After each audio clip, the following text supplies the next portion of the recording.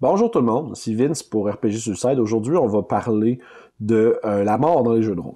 Un jeu de rôle, surtout ceux qui visent à être, par exemple, héroïque, médiéval, fantastique, ou même plus surtout comme du plus dark, ou n'importe quel jeu qui a de l'opposition essentiellement, puis qui a un système de combat, ça veut dire qu'éventuellement, inévitablement, il y a peut-être un personnage qui va périr. Un personnage qui meurt, d'un côté, c'est jamais vraiment le fun, dans le sens où puis, laissez-moi finir mon point, parce que ça peut l'être dans le sens où c'est le fun, parce que ça met en perspective des choses, mais perdre un personnage de jeu de rôle, surtout si ça fait longtemps qu'on le joue, ça peut être une expérience qui peut être assez... pour vrai, ça peut fesser. Tu sais, ça peut faire de la peine. Les gens qui sont plus novices au jeu de rôle ou qui sont pas...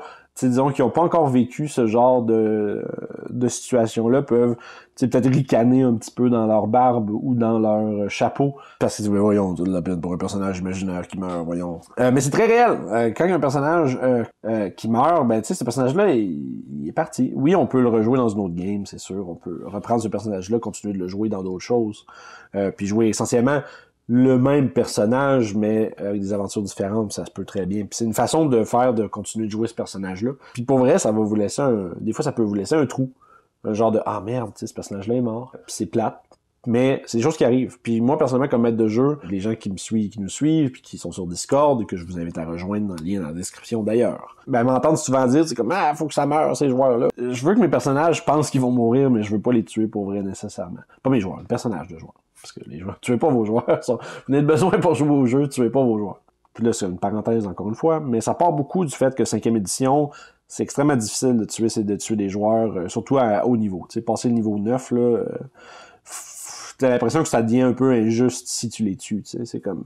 Si t'essaies de leur mettre de quoi qui est approprié à leur niveau, ils vont souvent passer à travers assez facilement. Ça dépend comment tu joues, puis je pense que la culture du jeu, surtout avec des affaires comme Critical Role, puis beaucoup d'actual play, des trucs comme ça qui mettent beaucoup, puis tu sais, le nôtre aussi est comme ça.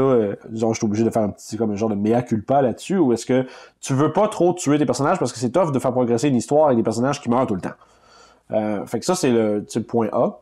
Disons comme la raison pourquoi ça arrive, mais ça fait qu'on joue pas au jeu exactement comme on devrait. Puis là, ça en train de devenir un mishmash de plein d'affaires, mon vidéo, là. Parce qu'on parle de la mort, mais aussi de la difficulté que ça représente de tuer tes joueurs. Mais, tu sais, comme Donjon Dragon 5e édition, je vais utiliser ça parce que c'est le système avec lequel je joue le plus. Le système, on va dire, prescrit 5 à 7 rencontres par jour ou par long rest. Puis ça, c'est d'avoir le but de ça, c'est d'épuiser graduellement tes personnages. Puis des personnages qui ont plus de ressources, c'est des personnages qui sont en danger. Pour vrai. C'est là que le jeu devient dangereux. Quand ton groupe a plus de ressources pis tout.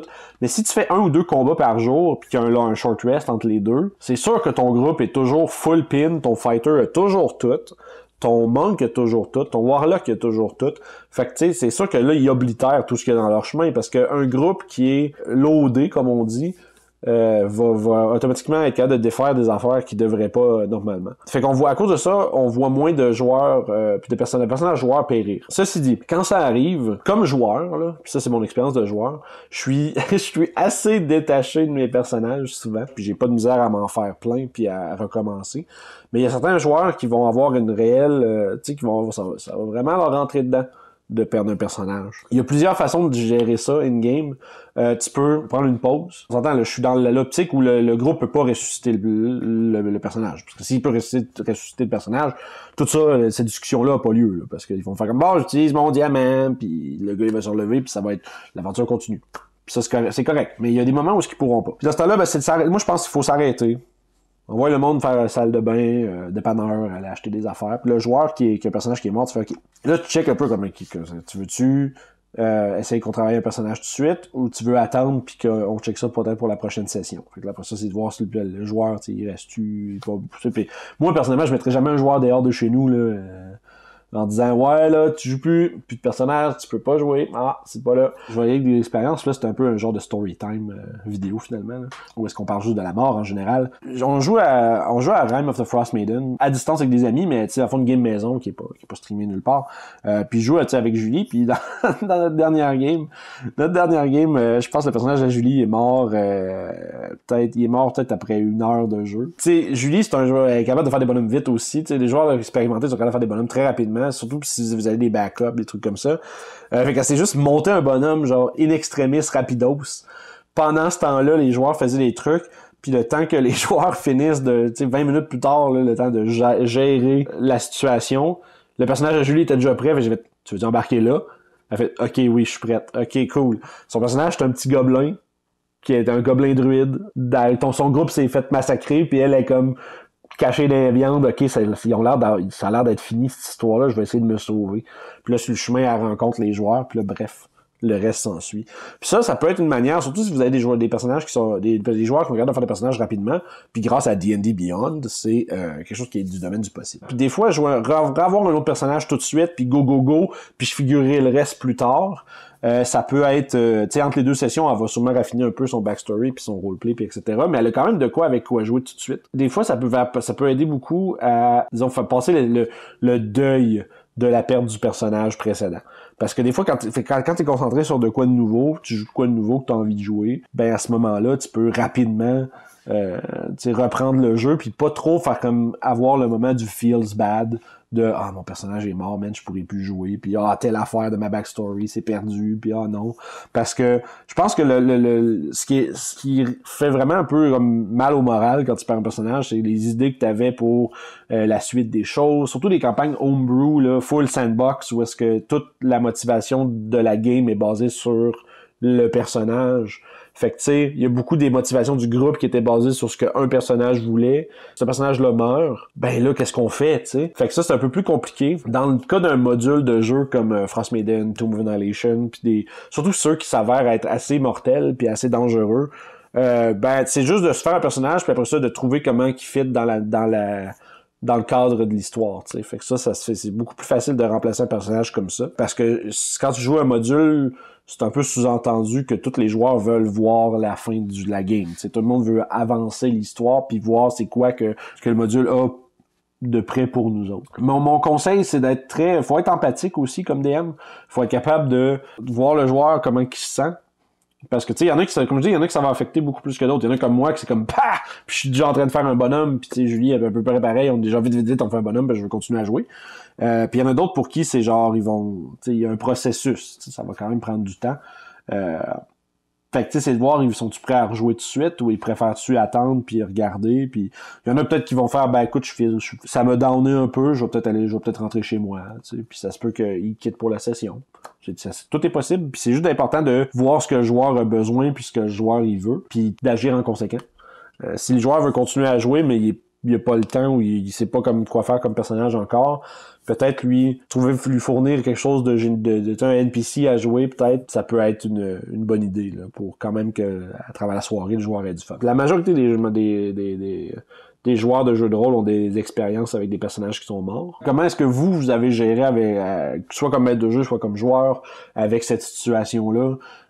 Qu'est-ce que vous avez quelles sont les histoires cool que vous avez de vos games qui impliquent la mort d'un personnage, comment ça a été géré, pas juste in-game mais aussi en dehors, donc à la table. Des fois, il y en a qui vont faire des funérailles in-game pour leur bonhomme, des trucs comme ça, puis là, c'est là que tout le monde braille comme des madeleines, puis surtout quand c'est des personnages qui sont joués depuis des années puis des années. J'aimerais savoir c'est quoi vos histoires par rapport à ça. Une capsule un peu Vince jase de trucs par rapport à la mort, puis comment, sans nécessairement vouloir vous dire quoi faire, parce que chaque personne est différente. Chaque personne n'a pas besoin des mêmes choses dans différentes situations. Fait que je pense pas avoir de recette magique. Peut-être que les idées que j'ai sorties aujourd'hui, les trucs que j'ai déjà faites, peut-être que ça va vous parler, peut-être que ça va vous aider à passer outre la mort d'un personnage, puis de pouvoir remettre le joueur en selle rapidement pour continuer à avoir du fun avec vos amis. Parce que ultimement, l'important, c'est que tout le monde ait du fun. Ça, c'est indéniablement le souci numéro 1 que tous les maîtres de jeu devraient avoir, c'est que leur personnel, leurs joueurs aient du plaisir. Ceci dit, capsule un peu plus sobre. Je suis toujours un peu plus en train de faire des niaiseries puis de dire des affaires, mais c'est quelque chose qui est arrivé très récemment dans une autre de nos games, puis ça a été je trouvais que le timing était bon pour finir la game à ce moment-là parce que je voyais très bien dans les yeux des joueuses que il y avait du processus à faire, puis je trouvais que c'était une bonne idée d'arrêter la game à ce moment-là parce que le combat était fini, les choses étaient là, puis tu sais ça finit avec ils réalisent qu'un de leurs membres du groupe est mort, ils ont dû se sauver, laisser le corps derrière, puis tu sais tout le groupe était quand même pas mal feels bad. Fait que bref, j'aimerais savoir ce que vos expériences, écrivez-les dans les commentaires en dessous. Si vous voulez juste discuter en général, vous pouvez aussi rejoindre notre Discord, les liens sont dans la description. On est une belle grosse communauté, on est presque 150 membres sur le Discord. On jase d'un peu tout, on partage nos expériences, puis surtout, tu sais, les gens suivent nos actual plays que vous pouvez retrouver un peu partout sur la chaîne. Si vous êtes nouveau à RPG Suicide, n'hésitez pas à vous abonner, venir voir un peu qu'est-ce qu'on fait. On a 3 campagnes d'actual play qui sont en cours. Une qui est Homebrew dans les Royaumes oubliés, donc maison. On a une Storm King Thunder, puis on a Curse of Strahd qui sont tous sur la chaîne. Puis rejoignez-nous également sur Twitch pour voir tout ça live alors que ça se déroule. Puis vous pouvez même influencer la game en étant présent sur le stream. Fait que ceci dit, trêve de plug. Écrivez-moi dans les commentaires, j'ai hâte de vous jaser comme d'habitude. Je réponds très rapidement aux commentaires, vous le savez tous. Mettez un petit pouce bleu sur la vidéo pour justement nous aider dans l'algorithme YouTube, que notre vidéo soit recommandée au plus de gens possible. Abonnez-vous, puis on se repogne la prochaine fois les amis. Bye bye.